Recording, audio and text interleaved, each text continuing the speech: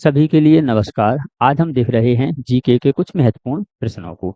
सबसे पहला प्रश्न है, मध्य प्रदेश राज्य निर्वाचन आयोग का गठन कब किया गया? मध्य प्रदेश राज्य निर्वाचन आयोग का गठन कब किया गया था? तो यह किया गया था आपका 1 फरवरी 1994 को।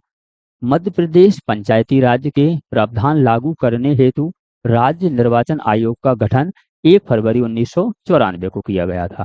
इस आयोग में 15 अप्रैल 1994 को पंचायतों की चुनाव संबंधी सूचना जारी कर दी थी। आगे क्वेश्चन है हमारा, राष्ट्रीय कवि बाल कवि बैरागी का वास्तविक नाम क्या था? राष्ट्रीय कवि जो बाल कवि बैरागी हैं, इनका वास्तविक नाम क्या था? इनका वास्तविक नाम था नंदराम दास। बाल कवि बैरागी जी हिंदी कवि के एक प्रसिद्ध लेखक थे। वे राजनीति और साहित्य दोनों से जुड़े हुए थे। बाल कवि बैरागी जी का जन्म 10 फरवरी 1931 को मंदसौर जिले में हुआ था। मंदसौर जिले की कौन सी तहसील थी? मनासा। मनासा तहसील में इनका जन्म हुआ था।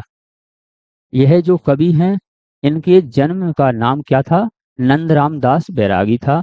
बैरागी जी का 1980 से 1984 तक मध्य प्रदेश के मंत्री रहे। साथ ही साथ 1984 से 1989 तक वे लोकसभा के सदस्य रहे। इनके बाद वे राज्यसभा के सदस्य रहे। यह रहे बैरागी जी।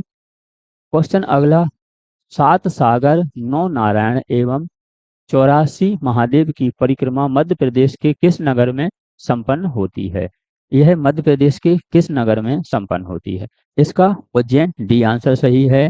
उज्जैन में उत्तर वाहिनी जो क्षिप्रा नदी है, वहां पर नव नारायण, 84 महादेव, सप्त सागर, अष्ट महाभैरव आदि होने के कारण यहाँ पर इनके जो नव नारायण, 8 महादेव और सप्त सागर की यात्रा को खास महत्व दिया जाता है। उज्जैन के सप्त सागर, रुद्र सागर, पुष्पकर सागर और क्षीण सागर, गोवर्धन सागर, रत्न सागर, विष्णु सागर और जो आपके पुरुषोत्तम सागर सहित नव नारायण विष्णु मंदिर के 10वें अवतार के विभिन्न रूप में हैं। ये 9 स्वरूप लीला पुरुषोत्तम नारायण कौन कौन से हैं? पुरुषोत्तम नारायण हैं, सत्यनारायण हैं, अनंत नारायण हैं, चतुर्भुज नारायण हैं और आजी नारायण है, शेष नारायण है, पद्मा नारायण है, लक्ष्मी नारायण है और बद्री नारायण। तो उज्जैन में ही यह विराजित हैं, इसीलिए उज्जैन आपका आंसर राइट है। आगे देखते हैं, राजा भोज के किस कवि ने जैन धर्म अपना लिया था? राजा भोज के किस कवि ने जैन धर्म अपना लिया था? तो यह जो कवि थे, यह थे धनपाल। धनपाल कवि ने क्या किया था? जैन धर्म अपना लिया था। राजा भोज परमार वंश के 90 राजा थे। वे बहुत अच्छे कवि और दार्शनिक और ज्योतिषी भी थे। इनकी सभा सदा बड़े बड़े पंडितों से सुशोभित होती थी।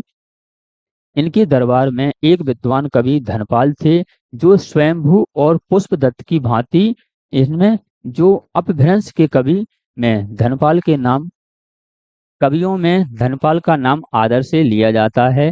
धनपाल वंशी दिगंबर जैन थे। इनकी भाषा बोलचाल में अपभ्रंश के अधिक निकट थी। इनकी भाषा अपभ्रंश के अधिक निकट थी।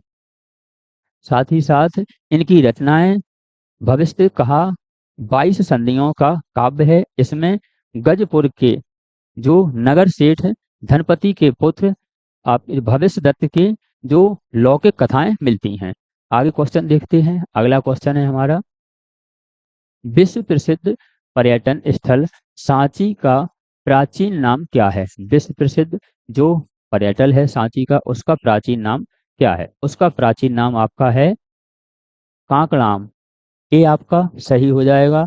जो विश्व प्रसिद्ध पर्यटक स्थित सांची में है, इसे काका नाया या फिर काका नाब या फिर काका नाड बोट तथा बोटा श्री पर्वत के नाम से भी प्राचीन समय में जाना जाता था। यह मध्य प्रदेश में स्थित है। यह ऐतिहासिक और पुरातात्विक महत्व वाला एक धार्मिक स्थल है।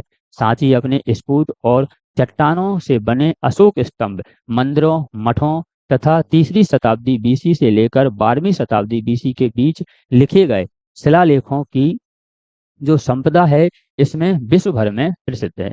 तो यह रहे आपके जीके से संबंधित कुछ प्रश्न। मिलते हैं एक और नई क्लास के साथ।